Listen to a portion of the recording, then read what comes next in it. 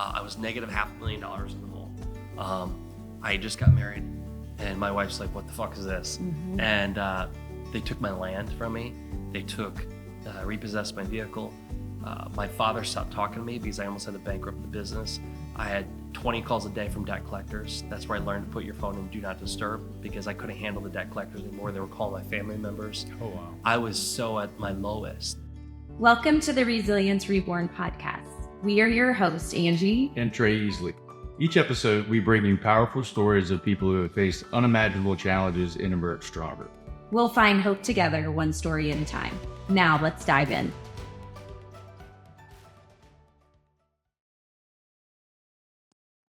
Hi, and welcome to this episode of Resilience Reborn. I'm Angie. And I'm Trey. We are so excited to have you listen in today. We have the one and only Brandon T. Adams with us today. Hi. I'm so grateful to be here. Thanks for coming. Yeah, we are so excited for this. This is going to be... We're going to have some fun. Yeah, this is going to be a great episode. I'm kind of scared what you're going to ask me, but... Don't be scared. We'll go all no, places, it'll be right? good. It'll be good. So first, Brandon, can you just give us a little bit of your background for our audience? Just tell them, kind of a peek into your life and what you do. And yeah, so I'll go back from the beginning of time. Born and raised in Garnerville, Iowa. And most people don't even know where Iowa is. It's not Ohio. It's not Idaho. It's Iowa. I grew up as an entrepreneur. I started, some people say, okay, were you made an entrepreneur? Were you born an entrepreneur? I was born an entrepreneur. My father put me to work when I was a kid in the ice business. We sold packaged ice for a living. I remember riding with him on the ice routes, putting ice in the back of the truck and delivering to convenience stores, bars, restaurants. But it also was a unique part of my life because I got to, as a kid, it's not so much what maybe the parents say, but it's you watching them, what they do. Mm-hmm. Right. And so I got to see my father go into a bar, restaurant, and you'd go in and ask for the ice key. So you go in, you ask for the ice key, you unlock the cooler, you put the ice in, but then he would always have like a 5-10 minute conversation with all these people. So think like a podcast here, you interview other entrepreneurs, people. Right. He would have a conversation with 20, 30 people in a day and talk about how things were going in business, what they were doing, what they were seeing.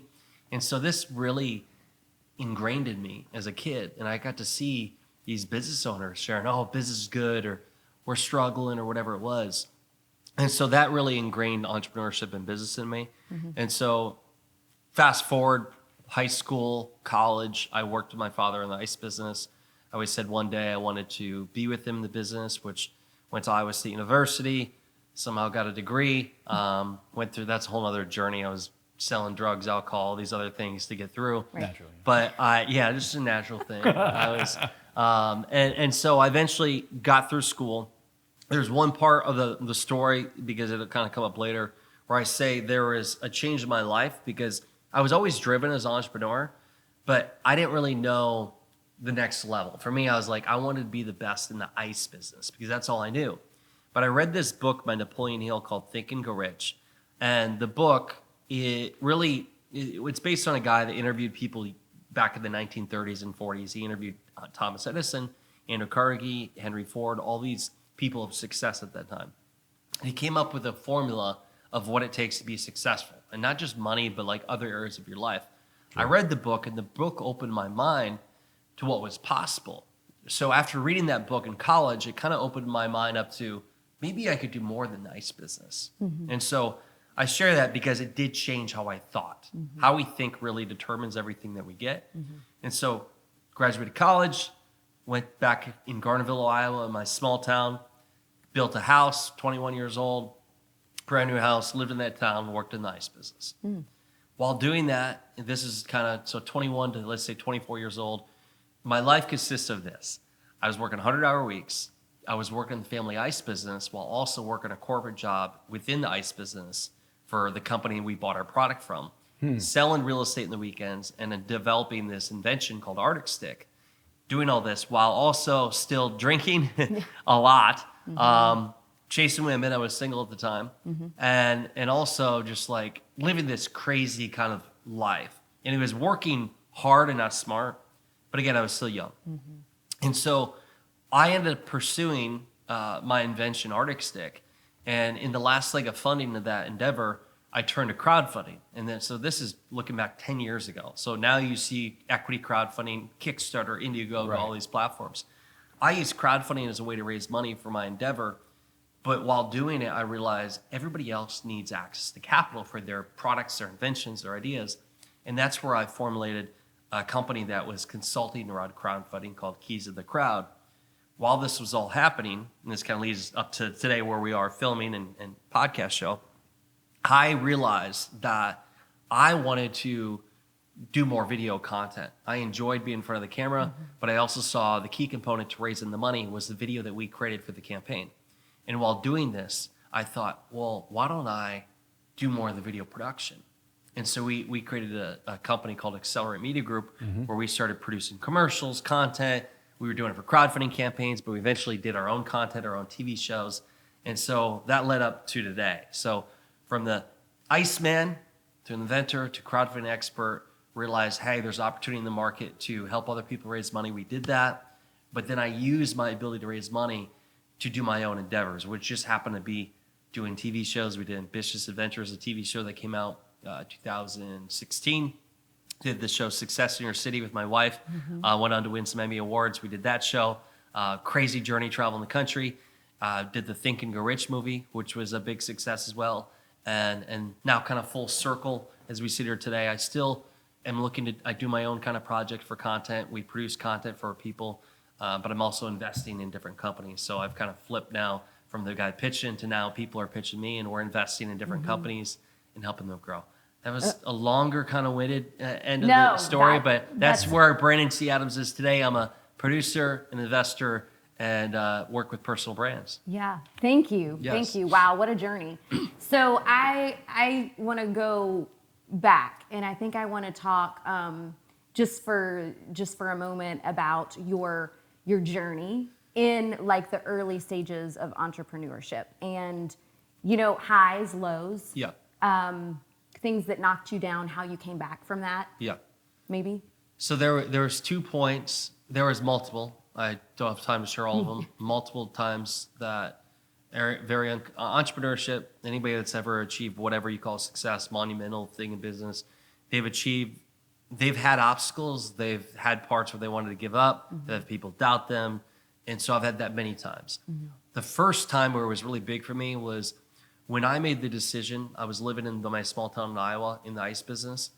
I wanted to start a product development company called Adams Product Innovation. It was inspired by my invention Arctic Stick. And so I just met my now wife, Samantha. We'd been together for like 8 months.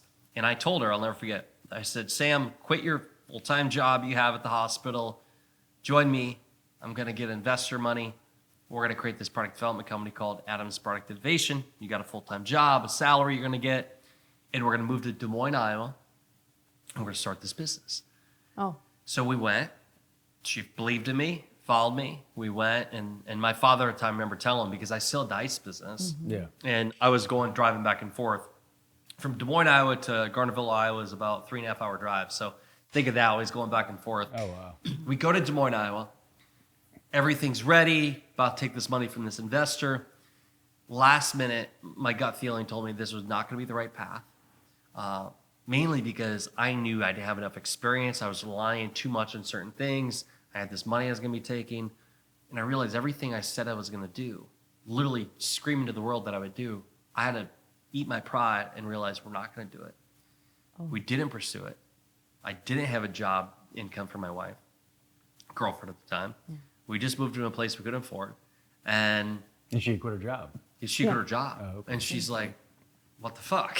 Like, really? So what do we, and so I'll never forget, like that was a low kind of moment for me because I'm like, this is entrepreneurship. And so in that moment, Sam actually she was going to go take a job at a bar, and then she'd left, and then she went and started working in a gym. That's how she got into fitness. I turned to crowdfunding because I had just done this is again before I became a crowdfunding expert. I realized I had just done a campaign, and I'm like, I'm gonna go help people. I'm gonna build a business on crowdfunding expertise.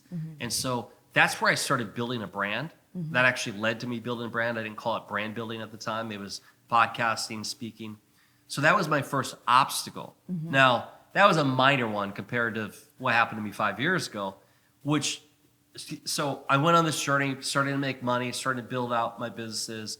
When I thought I knew what I was doing, I was very cocky and very like proud of everything I did, even though I had so much to learn.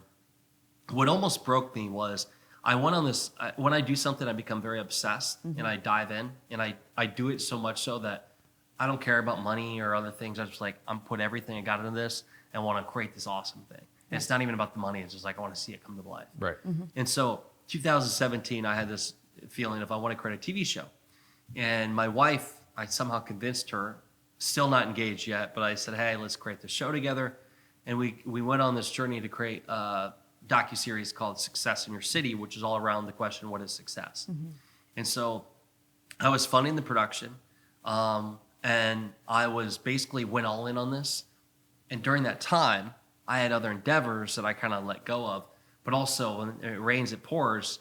I had to buy out a business partner for another business. Didn't go right, which is a whole other story. I had some other things that didn't go right in my business, and I'm still funding the show. And again, there my wife is, fiance at that time then, Yep. Just going along. going along for the ride. And here I am, 3 months into filming. We're in Austin, Texas. I'm broke off my ass, negative thousands in the bank account. Credit cards are down to like $100. I am literally paralyzed and don't know what I'm going to do. And that's when I first started really believing in God again. I was born Catholic. I mean, if you know anything about Catholic churches, a lot of music and standing and sitting down and kneeling and standing up again. People get a laugh at that if they've been Catholic. But I never really believed in a higher power because it just didn't seem like anything to me. But when I was in that hotel room, Samantha was, there's actually 3 bad low moments I'm about to share. So she was depressed. She wanted to go home. She said, I don't want to do this anymore. I want to go home. And I didn't want to give up. I thought I'd be giving up on everything. I said I was going to do this. But here I am with my wife and I are doing a show together, or fiance. Do I give up and give her what she's wanting? Yep. Or do I be the stronger man and push her, which I know it'll be better for her in the long run? At least I think anyway. Yeah. And so it's like, I don't win. No. And so here I am, this bad guy, trying to go after my dream, making the person I love depressed and angry, not talking to me. And I have no money. And so we went to church. I remember shortly after this, we went to Riverbend Church with Dave Haney. And people say, like, sometimes you're sitting in the crowd and the preacher's speaking directly to you. Yes. That day, the preacher spoke directly to us. And we just looked at each other and started tearing up, like, wow, we're here for a reason. And the rest of the day, we were at peace. And I remember going to dinner that night. It was Valentine's Day. And I had like $70, $80 on my credit card. It was a Discover card. And I said, fuck it. I'm taking the girl I love to dinner. And we had tacos and margaritas. And I just used the last of my credit. Went back home, the hotel room, shitty hotel we were in.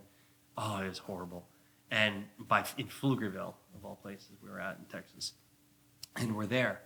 And I found in life, before you have a massive big moment, you're at peace and you're almost like at your darkest moment. And I was at peace. And the part I didn't share in the story, 6 months prior, I had done my first like consulting for equity deal, where I structured a deal and got stock. Stock's not worth anything until it goes public. Right. And so the company at the time, it went on exchange, where it called ICO, basically going public. And my stock on value was worth $1.3 million. And so I went from negative thousands, broke off my ass, to now I have money again. And so that was a life-changing experience. And then we're back to the races with the show. Well, fast forward 6 months, I get married. you weren't ready for all this. Get married, all this happens. Well, I was looking to sell another business, which is the family ice business. And I had an offer potentially on the table for a large amount, and never count your eggs before they hatch. And so I just got done filming a show, had all these things going, and I was planning on that being my, okay, that's done, gonna move on. Well, Ended up being 4 or 5 months go in. I had been robbing Peter to pay Paul to make different things happen. As an entrepreneur, like I was always doing different things. Yeah. And I hit a brick wall. I'll never forget the day that my banker called me and I was trying to get another loan to cover another loan, to cover that loan. And the banker said, "You don't need another loan. You got serious problems." And he realized, because I was so good at convincing people to give me money, that I was just like nothing. Because my mind was always like, I'm going, that moment is what almost broke me. I was negative $500,000 in the hole. I just got married, and my wife's like, "What the fuck is this?" And they took my land from me. They repossessed my vehicle. My father stopped talking to me because I almost had to bankrupt the business. We had a $35,000 business credit card, while his name was still on it. He didn't talk to me for months. I had 20 calls a day from debt collectors. That's where I learned to put your phone in do not disturb, because I couldn't handle the debt collectors anymore. They were calling my family members. Oh, wow. I was so at my lowest. And I share this on entrepreneurship because most people don't talk about this. The lowest point that I ever hit was when I was in Iowa, and I had to take a bus ride there. And my wife was in Minnesota, and she was working at the fitness center. And she went to start the vehicle. Well, it didn't turn on, and she called me and she said, "I don't know where it's at." Well, I knew it was repossessed. And she was embarrassed, and she had to take an Uber in 10-degree weather in Minnesota in the winter back to our place. And I was at home, and I felt so helpless, so broke, and so low. And I had a water in my hand, and I threw it on the ground. And I ran downstairs to the room I grew up in because I was at my parents' house. And I started bawling and crying like a little baby. And I just said to myself, I will never feel like this again. This is the lowest. I mean, I hit the rock bottom. And everything I was trying to do, try to prove my worthiness, my fucking TV show, and do all these things that I thought were what success were, but I was just like, it was trauma from my past. But I was so low that I said, I will never feel like this again. I will build massive wealth, and one day I'll share the story. That was 5 years ago. And so within 2.5 years, I built it all back. I started making a lot of money. I started getting a groove. I think I was humbled. Right. And we got out of that situation. But those are the moments in business and entrepreneurship that not everybody talks about. And I'll tell you every scenario. I mean, I learned to communicate and negotiate with the bankers, with the debt collectors. I learned to structure things in different ways. I learned how having no credit really fucks you with things. I learned so many things about business, but I didn't realize that there's like trauma for that. Because for me, it was, but for my wife and I, it was trauma for my wife. It was trauma, family, like, and I didn't realize what entrepreneurship can actually do to people. For me, I just like, it's just another thing to get through it. So you talk about the trauma piece, and feel free to add anything in, but how did you navigate that with Sam? Or, I mean, I know that you said your father didn't speak to you. So how did you said you didn't know trauma was associated, right? So how did you and Samantha get through that? So it was months. I mean, we almost got divorced. I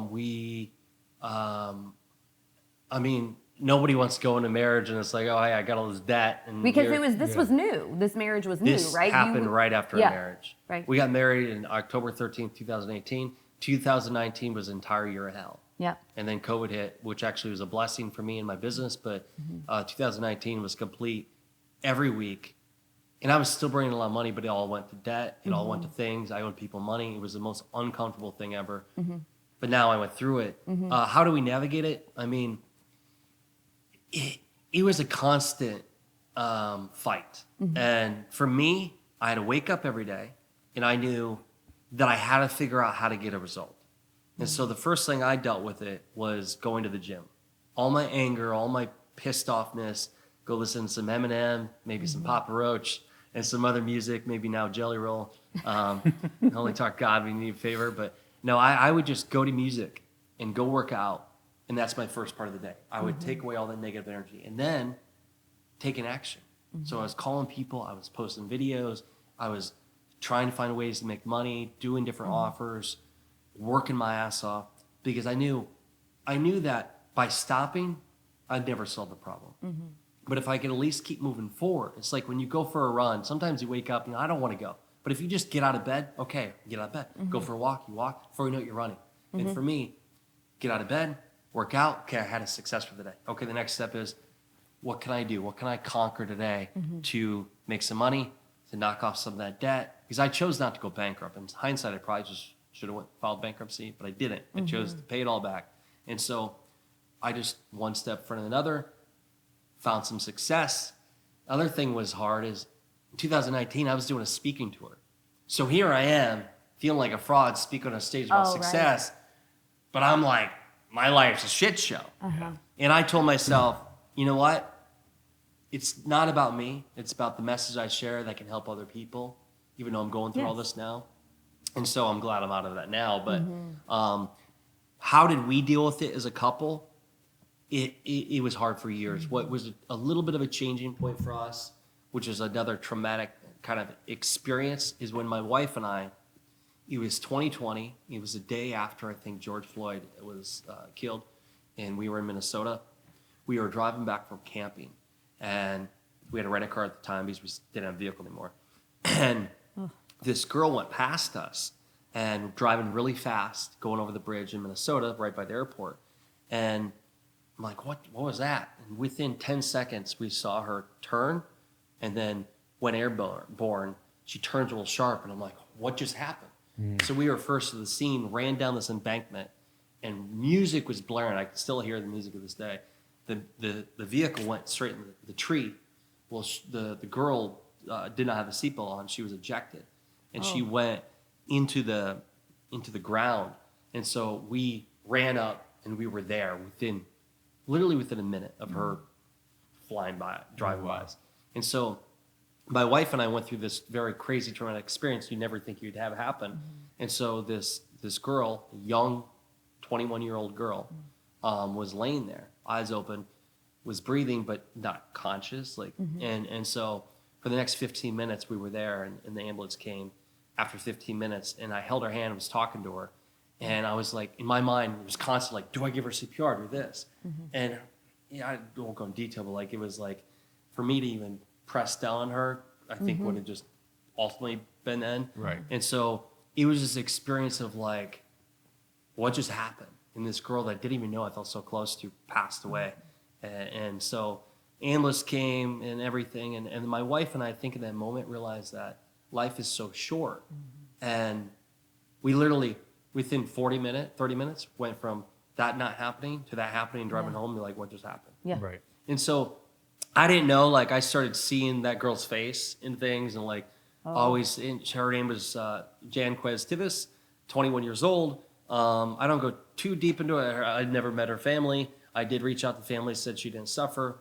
But that experience, I will say, is one thing that brought us closer together, because we realized that life is short, and for us to fight over finances and stuff wasn't going to matter. And so we started, again, it was an overnight success, but that was kind of a turning point of us healing together. And there's still trauma from it. I mean, Sam will still like, hey, when that happened, because things were stripped from her. She had to sell her purses, her clothes. Right. She had to sell all the things. I had to sell things off the wall. Like, again, I'm a guy. It was whatever, but it was, I now see how traumatic it can be for somebody. Right. And I mean, if like you said, you put it in perspective of what that young girl was going through at that time. And then you look back at all the struggles that you went through. It's like, well, we could be here. If it's life and death. That's why I'm like, realize at the end of the day, anyways, if you're struggling with money, you're struggling with any issue in life. If you can still breathe and you can still be here today, the fact that if you live in America, you are in a miracle.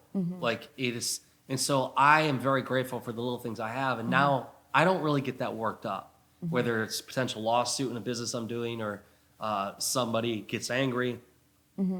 If it's not life and death, it's really not that big a deal. Yeah. You don't sweat the small stuff. Right. Now, I want to go back to even the beginning when you were working, 100 hours a week with everything you were doing. Yeah. I mean, to hear people doing that today, with the generation coming up, it just seems like you don't see a lot of that at all. I haven't heard many at all of that. Yeah.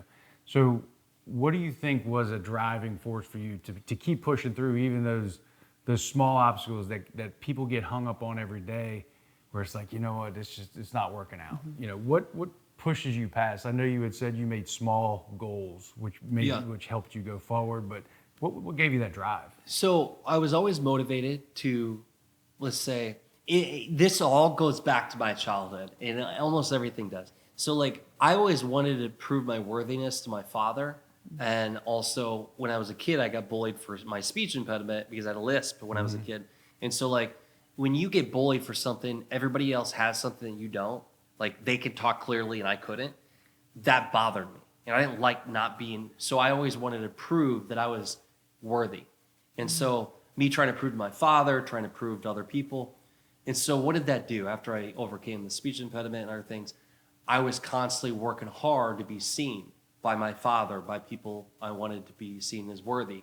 And so in sports, I played football, played basketball, ran track, played rugby, and then in making money. Money was a way for me to keep score. Right. And so making money, working harder, I want to be known, I want to be seen, I want to be in front of the camera. These are all things I was constantly trying to look at me, look what I can do, and prove that I was worthy. And I don't even know who it was. It was to myself or whatever it was. And so that was a driver, whether I knew it or not. Yeah. In my 20s, and I mean, I'm 34 years old. I acknowledge it now. I mean, obviously, I mean, we're all humans that are broken in some way.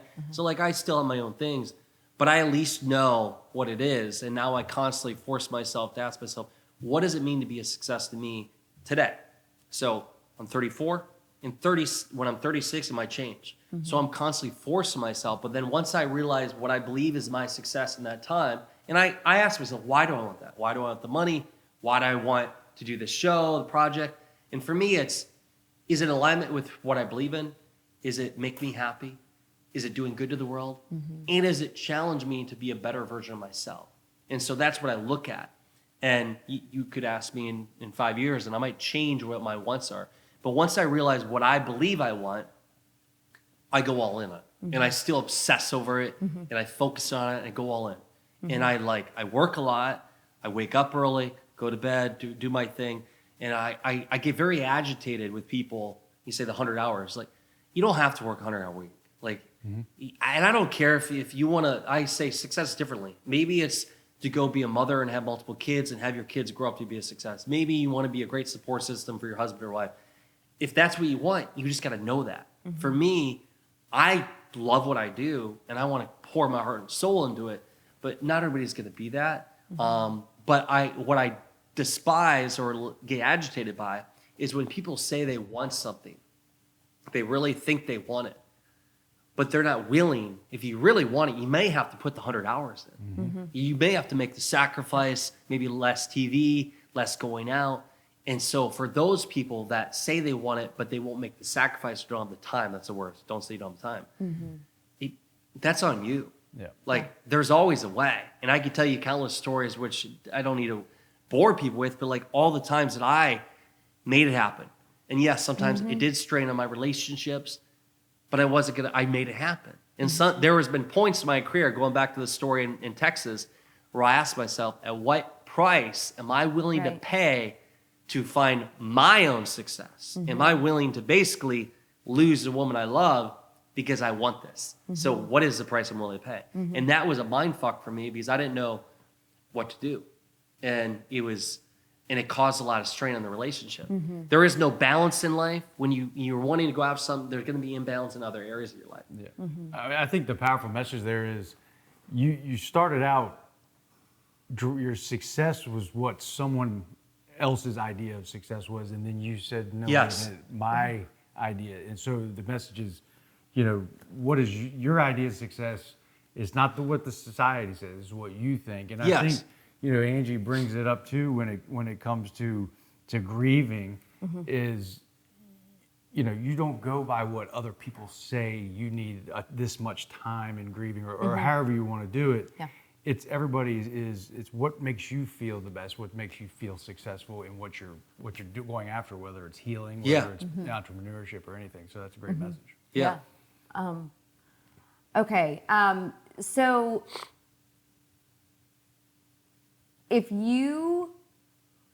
what is like the overarching why you do what you do?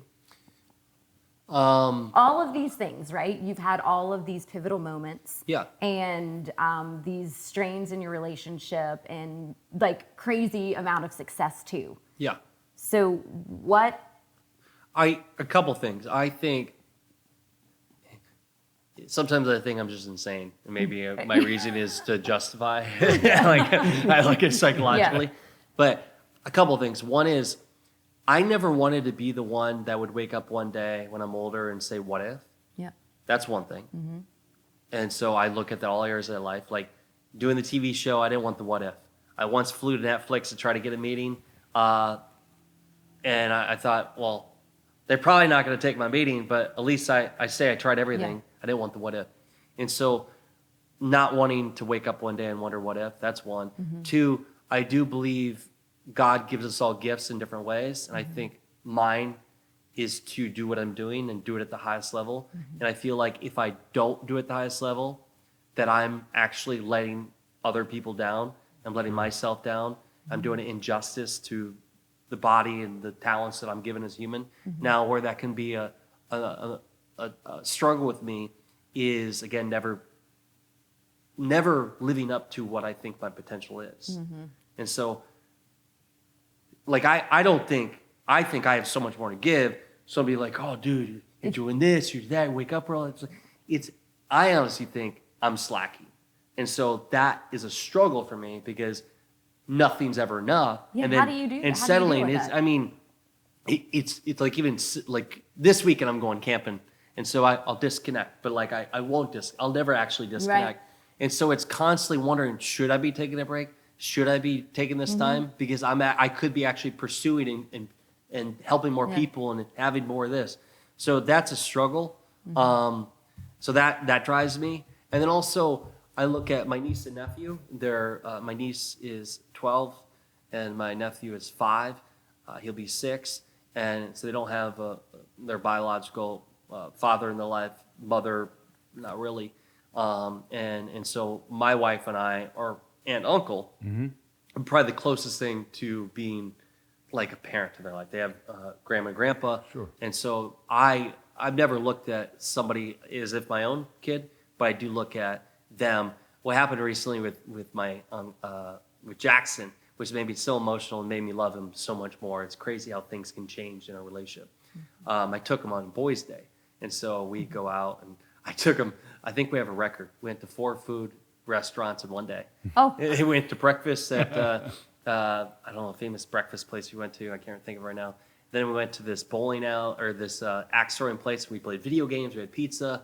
Then I took him to McDonald's. We did the Playhouse. Then we went to Taco Bell later. I know it was really That was a grand day for him. unhealthy in so many ways.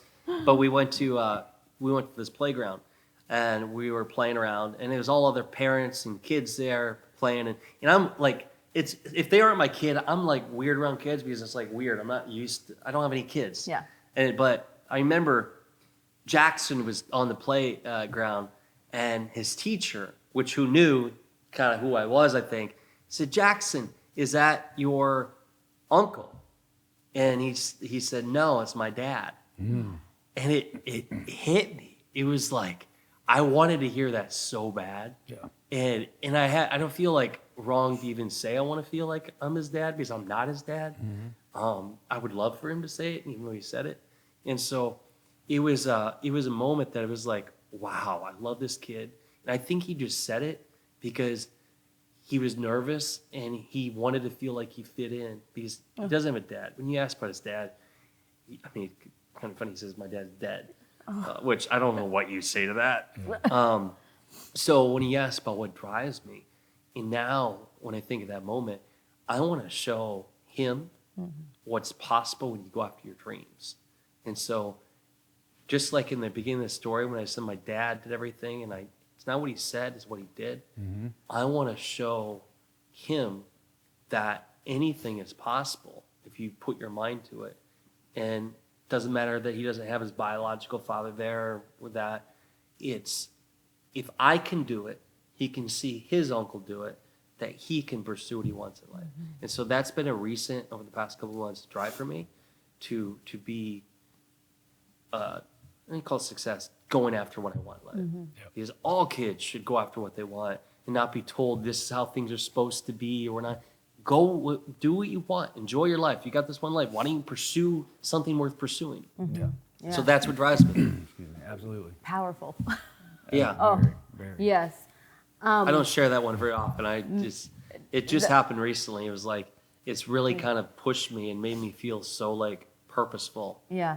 in things. Well, in just in the amount of time that I've known you, and I mean, Trey's known you a lot longer than I have, but the amount of people that you've had a hand in their life and what you've done with people is incredible. Like you need to know that. Thank you. You know, you feel like I got a lot more to go, but it's people like you that make me realize that I'm on the right path. Yeah. Because like this, a show like this makes me feel very complete because you bring on so many people with so many amazing stories that can help so many other people. This is like I don't even know how to put this. You are creating an ecosystem that is saving people's lives and helping them cope through their traumas. So, And I don't think we've mentioned it, but I mean, you and your company have been the ones that have helped us navigate this whole situation. That's what I'm saying. Yeah. Like you have a really big influence on people. And we are a prime example of that. You know, none of this could have happened without you and your success and your drive and all of the things that you just told us. I mean, that's some crazy stuff that you've been through, and the lows and the highs, and how you've navigated that it's going to be so powerful to people listening. I look at